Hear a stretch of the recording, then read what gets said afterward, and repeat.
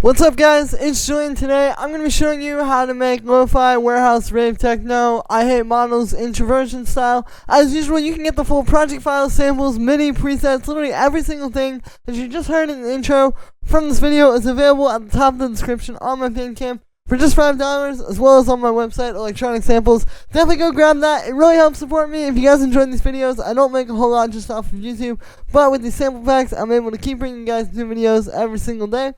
And yeah, let's dive in. So, right off the bat, at the top here, we have the drums.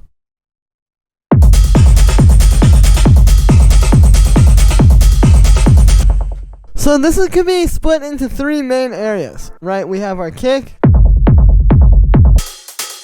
the hi-hats, and then the breakbeat / percussion. So to start with, I would always start your track with the kick. So we've got the kick right here. You can see we have just a nice punchy kick sample. It's going through this utility, which is converting into mono.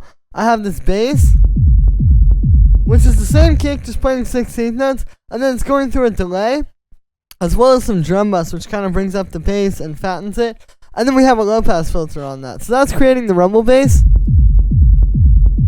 And then we have a compressor, just side chaining that to the main kick. And then finally this EQ here, which is cutting at 20 hertz, because there's a lot of low frequencies below there that you can't hear, but if you leave them in your mix, it will make it messy and kind of make it a little bit more cloudy. And then the last layer is actually the same thing, but this one, it's like, yeah, same thing as that bass, but instead here we actually have a high pass filter, and then I'm distorting it. So it's kind of like creating this like percussion layer. And the secret to this kick is, okay, so on the group you can see we have a little bit of drum bus. You don't want too much, you just want to blend it. Like, it's only at 19%, it's just like an extra layer. But then the real secret here is this low pass. Here's without it. And then with it. So yeah, essentially what's happening here is you can hear it kind of like filters the kick. And it really helps to give it a little bit of like a smoother tail. Because if we turn this off, you know, it's very aggressive, and it doesn't really groove as well with the track. So all I did here is it's just a low pass filter with an LFO, and that's on the saw down, so it's going like kind of, yeah, dropping down. And then we have it on quarter notes, so you get that every time the kick hits, you get like the start of it, and then this kind of fades it out. And yeah, so it's a nice way to kind of make your kick a little bit like just, like, it fits a lot better with the groove of the track now. Then we have the next groove, which will be the hi-hats. So that's just these two layered together to make one like very punchy, full sounding hi-hat. And then this one playing 16 notes. And yeah, and then on the group of those, nothing. You really don't need too much processing. And then we have the breakbeat. So the thing with this breakbeat, it does sound pretty cool. So we've got it going through a flanger and then some reverb. Kind of gives some space to the sound. I also have a little bit of drum bus and then an EQ to make it fit better. But I'll show you, like, even without any processing, this already has like a lot of texture to it. Right? Like, it's already a really solid breakbeat. And that's really what you want to keep in mind. Like, with these type of tracks, you know, it's not about finding something that's alright and then processing it to make it sound really cool. You're starting with really, really good audio and then adding like little things to kind of like take it, you know, that extra 5 or 10%, rather than finding something that needs like 50% more work. You know, find something that already has a really good texture to it, and then you can work with that. And yeah, so those are all the drums. So even though the drums sound pretty big, it's not really that much layers. And that's really what you want to keep in mind here. It's about using less layers to sound bigger, rather than like, you know, having a million different things to try to make it sound really big. So then we have this 303.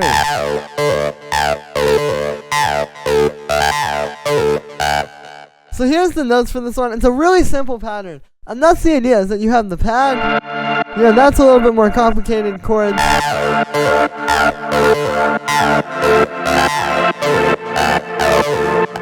So if you have this just droning on one note, like it's just D across 2 different octaves because we're in the key of D minor, you know, it's going to fit really nicely with that. And then they're not going to clash, but you're going to just create like one nice, really full atmosphere in the track. So this sound is made using operator. It's actually very simple. It's just a saw wave going into a bandpass filter, which has an envelope on it, and then the sine shaper, and then the resonance is up pretty high. So obviously that's what gives you the 303 sound. And then the secret is you don't want to use too much envelope. That's kind of like how you get the 303. It's just by using like a little bit of the envelope. I also have this LFO on the filter, and that's what's giving it that like constant movement, because otherwise it's just really like the same thing over and over. Then we have this amp on here to kind of make it a bit crunchier. Here's without that. And then with it's obviously very important for getting that modern 303 type of sound. I have a bit of echo, which is really fast on ping pong, so that's giving it a bit of stereo width. Here's without that. And then with it. I've also got this echo, which is a bit slower, adding some stereo width. I have a bit of reverb. A little bit more saturation and overdrive, which are really subtle, but here's without them. And then with them, just adds that last little bit of fullness. I have an auto pan, which makes it sound like it's being sidechained to the kick. So it's kind of bouncing off from there. And that's it for the 303. And the last thing we have down here is the pad.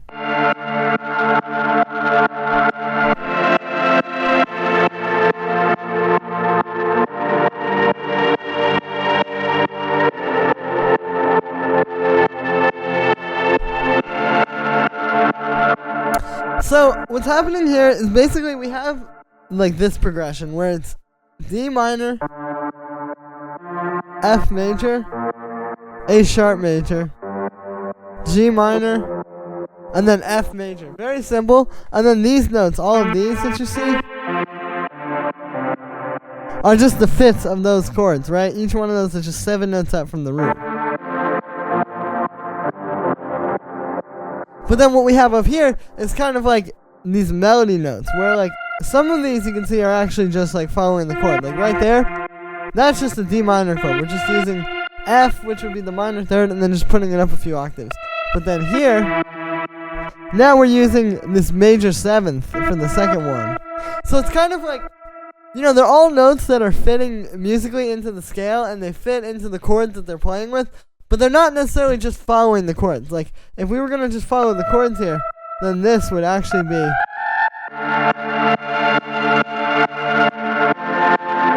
which you can see is a lot less impactful then. Right, so that's kind of what you want to keep in mind.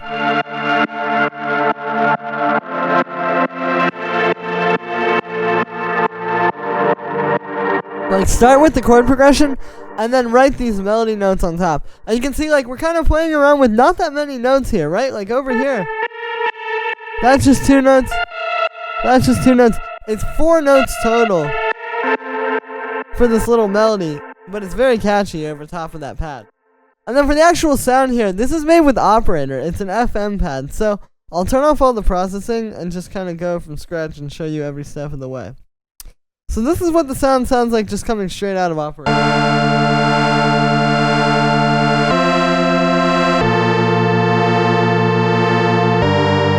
So you can see, yeah, it's actually kind of like dark and cold sounding, but I think it works really nicely, you know, because if you just use like saw waves and square waves and pulse waves, like, it's gonna sound like the same thing over and over, and it gets kind of dull. This FM pads allow you to kind of create new textures that you wouldn't get with that.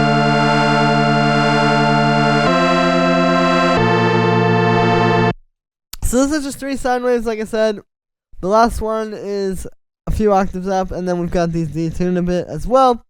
And then I have this LFO here on the volume of oscillator B, just kind of like doing that slowly. Then we have a low pass filter with an LFO. Excuse me, that. You can hear, yeah, it's just a bit like kind of moving around.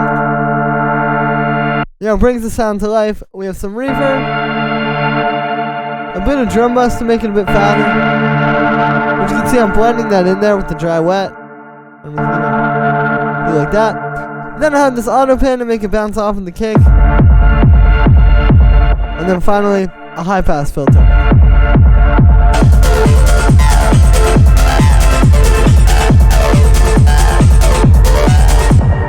Yeah, so that's gonna be it for this one, guys. I hope you enjoyed. As always, make sure to like this video as well as subscribe, and let me know what you think of this video in the comments. Like I said in the beginning, you can get this full project file, samples, MIDI, presets, literally every single thing from this video is available right at the top of the description for just $5. Really helps support me. It's super cheap, but you're helping support me as well as yourself to make your best possible tracks, because this is one of the best templates for the style on the market right now, in my opinion. And yeah, thank you so much for all the support, guys, and I'll see you tomorrow with another video.